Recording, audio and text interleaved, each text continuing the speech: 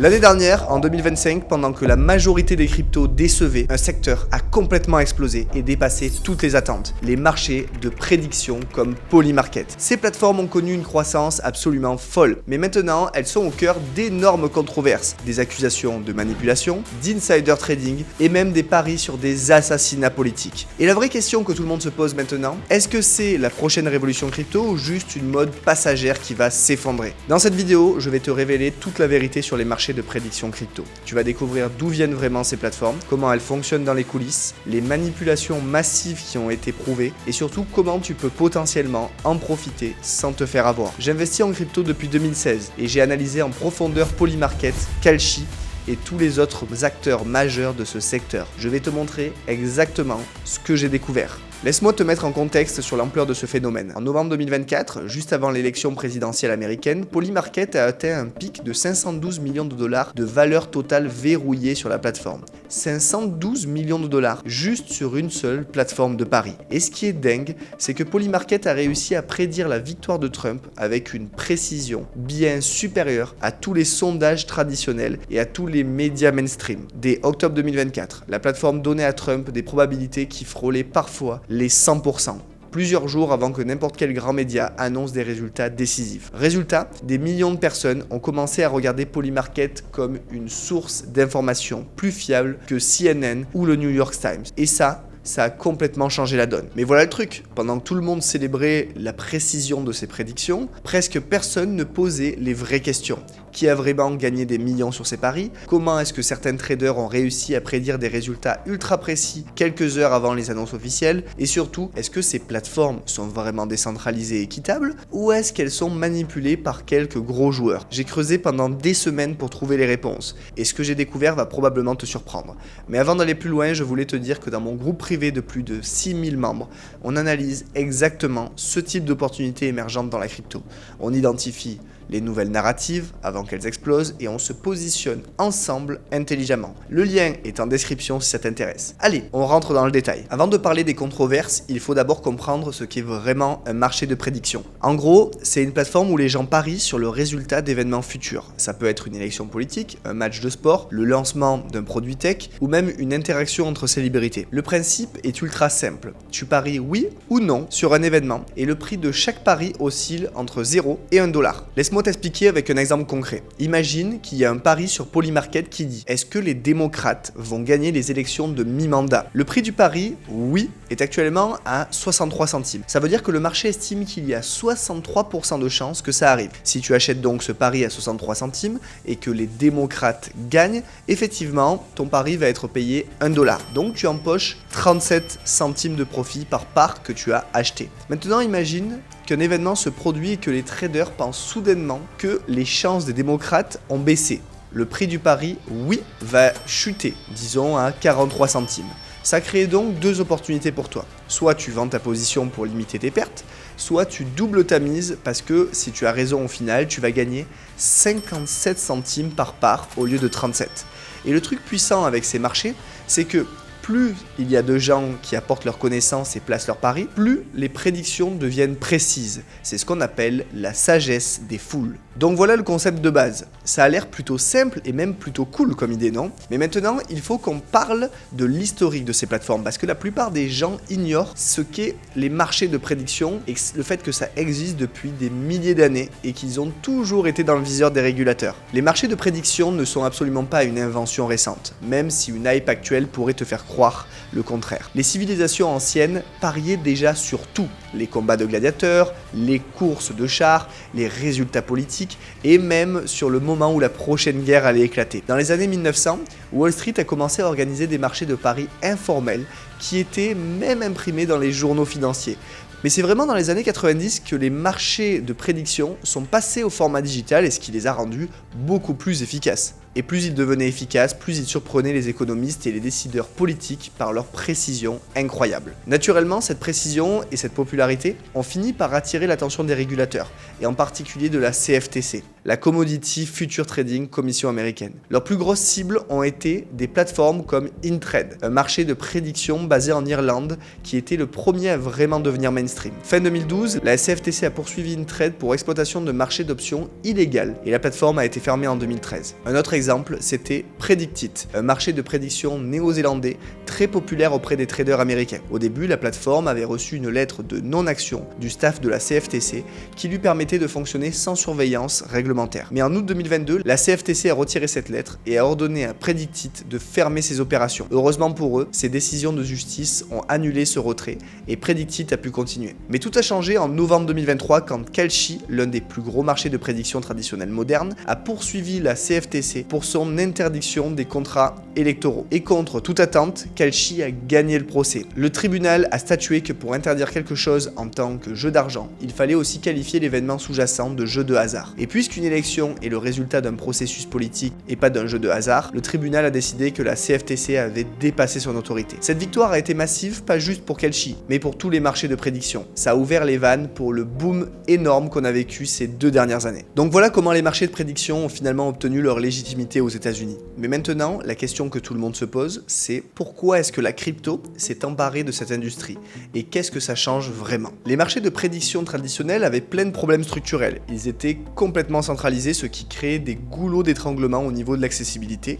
des paiements et surtout de la régulation. Il y avait aussi d'énormes inquiétudes concernant la transparence et les risques de manipulation. Comment savoir si la plateforme ne trichait pas en coulisses? Comment vérifier que les résultats n'étaient pas falsifiés? Mais en mettant les marchés publics et transparents, je le rappelle, il est devenu possible de surmonter tous ces obstacles d'un seul coup. Plus besoin de faire confiance à une entreprise centralisée, tout est vérifiable on-chain. Et surtout, tu n'as plus besoin de rien d'autre qu'une connexion internet pour y accéder, peu importe où tu vis dans le monde. Les premières tentatives crypto sont venues avec Augur sur Ethereum en 2014, puis Gnosis en 2015. Ces projets étaient en avance sur leur temps et n'ont jamais vraiment décollé. Mais tout a changé en 2020 quand Polymarket a été fondé par Shane Copland. Et pour le fun fact, Copland a construit le protocole tout seul pendant la pandémie dans la salle de bain de son appartement à cause de contraintes financières. Il était motivé par une volonté de combattre la désinformation à travers une recherche de vérité incentivée. Polymarket a initialement lancé sur Polygon pour profiter de ces transactions rapides et peu coûteuses. La croissance a été lente au début, mais la plateforme a vraiment explosé pendant les élections présidentielles américaines de 2020,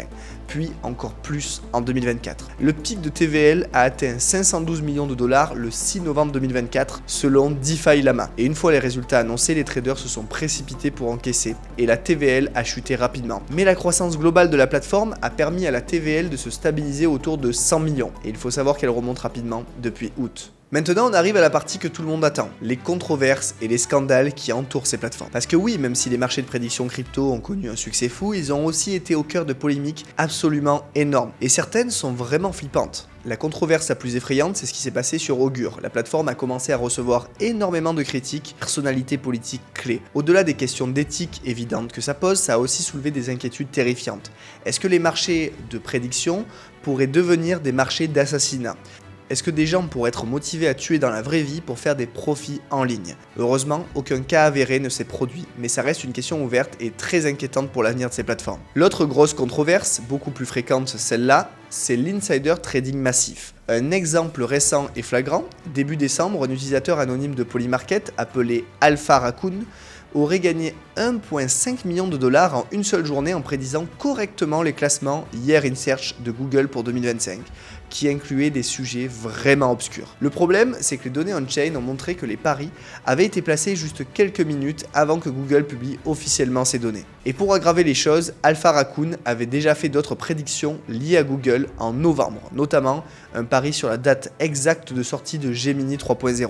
Le pari a évidemment été gagnant, lui rapportant 150 000 $ de profits supplémentaires. Donc évidemment, beaucoup soupçonnent qu'Alpha Raccoon pourrait être un insider de Google, mais il n'y a aucune preuve concrète, juste de la spéculation. Et ce n'est qu'un exemple parmi des dizaines d'autres cas suspects. Mais l'accusation la plus sérieuse, c'est la manipulation pure et simple des marchés pour influencer l'opinion publique. L'exemple le plus parlant, c'est l'élection présidentielle de 2024. Il a été révélé que 4 comptes avaient utilisé Polymarket pour placer des paris de plusieurs millions de dollars sur une victoire de Trump, ce qui a soulevé des inquiétudes massives. Est-ce que des paris aussi énormes peuvent influencer artificiellement et gonfler les probabilités affichées et potentiellement influencer donc le résultat réel. Certains médias sont allés jusqu'à qualifier ça de menace pour la démocratie. Polymarket et plusieurs experts ont affirmé qu'il n'y avait aucune preuve de manipulation de marché. Mais les inquiétudes éthiques concernant l'utilisation de ces plateformes pour influencer les événements du monde réel ne vont faire que grandir à l'avenir. Et il y a un autre problème énorme dont personne ne parle assez. Kalshi et Polymarket ont tous les deux créé des équipes de trading internes qui fournissent de la liquidité sur leur propre plateforme. Kalshi gère une unité appelée Kalshi Trading qui place des paris du côté opposé de certains paris clients. Les dirigeants disent que l'intention est de créer de la liquidité et d'améliorer l'expérience utilisateur. Mais les critiques argumentent que ça crée un conflit d'intérêts massif et que ça désavantage les clients. Polymarket a récemment annoncé qu'il faisait exactement la même chose. Pour beaucoup d'observateurs, ça ressemble de plus en plus à un bookmaker sportif classique. Et c'est ironique parce que Shafe Copeland, lui-même le fondateur de Polymarket, a décrit les bookmakers sportifs comme une arnaque qui vole le client. Alors avec tout ce qu'on vient de voir, la vraie question c'est, est-ce que les marchés de prédiction sont vraiment là pour durer ou est-ce que c'est juste une mode passagère? La réponse honnête c'est oui, ils sont là pour durer. Malgré toutes les controverses, il est assez clair que les marchés de prédiction ne vont nulle part. En fait, ils vont probablement devenir encore plus importants dans les années qui viennent. Pourquoi? Parce que des plateformes comme Kalshi sont déjà en train d'être intégrées dans des exchanges majeurs comme Coinbase et dans des wallets crypto comme Phantom. Les marchés de prédiction sont aussi activement promus par des acteurs clés à l'intérieur et à l'extérieur de la crypto. Vitalik Buterin, le créateur d'Ethereum, a dit que les marchés de prédiction sont meilleurs que les marchés réguliers ou les réseaux sociaux, simplement parce que les contrats se règlent entre 0 et 1, ce qui, selon lui, réduit la hype et la nature pump and dump d'autres marchés spéculatifs comme les mêmes coins. Elon Musk est aussi un supporter notoire des marchés de prédiction. Il a déclaré qu'ils sont plus précis que les sondages et autres méthodes de prévision parce qu'il y a de l'argent réel en jeu. Certains experts estiment que le secteur des marchés de prédiction pourrait valoir 10 milliards de dollars d'ici 2030. Actuellement, l'industrie génère environ 2 milliards par an en revenus. Mais personnellement, je pense que ça pourrait grandir à encore plus que ça, surtout si ça devient une narrative dominante dans la crypto, comme beaucoup l'ont prédit. Coinbase, eux, ont même prédit qu'éventuellement, il pourrait y avoir tellement de marchés de prédiction que des agrégateurs vont émerger et devenir l'interface de facto du secteur. Et ce qui est intéressant, c'est que les marchés de prédiction ne sont pas purement spéculatifs. Les institutions commencent à les utiliser pour se couvrir contre des risques politiques, des incertitudes réglementaires et des changements de narrative. En gros, ces gros acteurs achètent des contrats d'événements pour compenser les pertes dans leur portefeuille d'actions. Et cette stratégie va probablement se développer massivement dans le futur. Bon, maintenant, la question que tu te poses probablement, c'est comment est-ce que moi, je peux profiter de tout ça? Parce que même avec toutes les controverses qu'on a vues, il y a clairement des opportunités massives dans ce secteur. Laisse-moi te donner plusieurs stratégies concrètes. Première stratégie, c'est farmer les airdrops potentiels. J'ai d'ailleurs fait une vidéo dédiée à ce sujet, elle s'affiche juste ici. Par exemple, Polymarket n'a toujours pas lancé son propre token, mais tout le monde s'attend à ce qu'il fasse un airdrop très bientôt.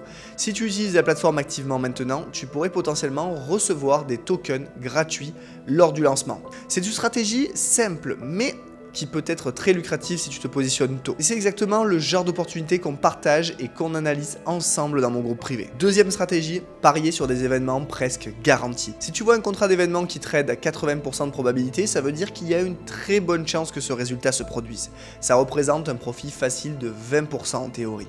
Répète ça quelques fois et tu peux faire des allers-retours décents. Mais attention, souviens-toi que tous les marchés sont manipulés, y compris les marchés de prédiction. Et on vit dans des temps vraiment fous, des événements qui semblent très improbables arrivent plus souvent qu'on ne le pense, surtout en politique et en géopolitique. Et troisième stratégie, faire vraiment attention à ce qui se passe dans le monde et faire des paris éduqués sur ce qui pourrait arriver ensuite. Si tu suis déjà l'actualité de toute façon, tu pourrais repérer une opportunité que les autres ont manqué. Évidemment, cette stratégie ne garantit pas les profits, mais si tu es bien informé et que tu analyses correctement les situations, tu as un vrai avantage. Donc pour conclure, tout ce que tu viens de voir dans cette vidéo, c'est vraiment juste la surface du sujet. Les marchés de prédiction sont en train de devenir une narrative majeure dans la crypto et il y a énormément d'opportunités pour ceux qui comprennent vraiment comment ça fonctionne. Dans mon groupe privé qui compte déjà plus de 6000 membres, on analyse en profondeur ce genre de nouvelles tendances. Je partage mes positions crypto en temps réel, on décortique ensemble les nouvelles narratives avant qu'elles explosent et surtout on identifie les opportunités concrètes pour se positionner intelligemment. Le groupe est entièrement gratuit parce que mon modèle, c'est pas de te vendre une formation hors de prix 24/24 pour répondre à toutes tes questions. Le lien est juste en dessous en description, mais je te préviens, c'est vraiment pas pour tout le monde. Si tu cherches des promesses de richesse rapide sans effort, tu vas être déçu. Par contre, Si tu veux vraiment comprendre les vraies opportunités comme les marchés de prédiction avant que tout le monde se réveille, rejoins-nous maintenant. Et avant de partir, dis-moi en commentaire, est-ce que tu penses que les marchés de prédiction sont une vraie révolution ou juste une mode qui va passer? Si cette analyse t'a été utile, n'oublie pas de liker et de t'abonner. La semaine prochaine, je vais analyser les prochaines grandes narratives crypto de 2026 et comment se positionner dessus dès maintenant. Allez, à très vite. Ciao, ciao, ciao.